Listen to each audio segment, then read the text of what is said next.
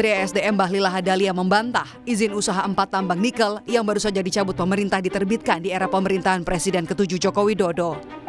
Menurutnya, izin-izin usaha yang dikeluarkan terhadap 4 tambang nikel itu sudah diterbitkan jauh sebelum Joko Widodo menjabat sebagai presiden.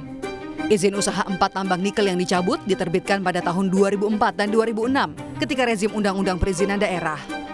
4 tambang nikel yang dimaksud adalah PT KW Sejahtera Mining, PT Mulia Raimon Perkasa, PT Anugrah Surya Pratama, dan PT Nurham.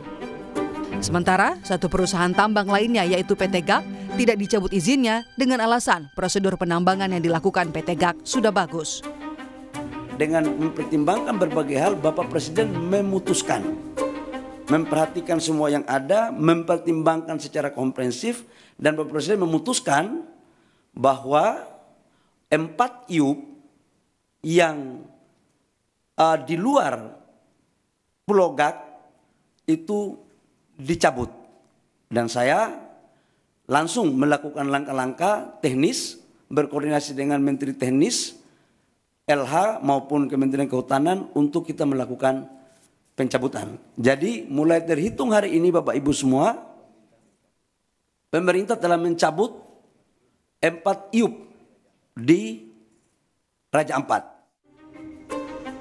Mensesnek Prasetyo Hadi bilang, pencabutan izin usaha pertambangan atau IUP sebagai upaya penerbitan kawasan berbasis sumber daya alam sesuai dengan instruksi Presiden Prabowo Subianto.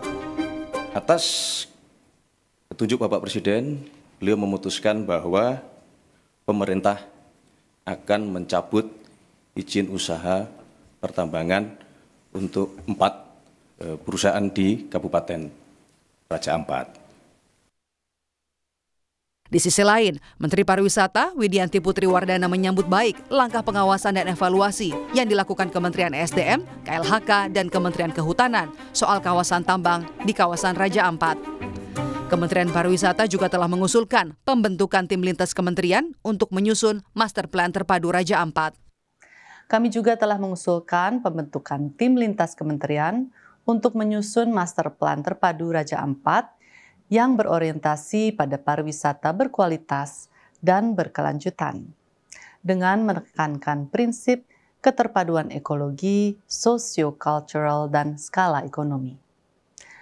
Mari kita jadikan Raja Ampat bukan sekedar tempat indah yang dikunjungi, tetapi simbol komitmen Indonesia terhadap keberlanjutan.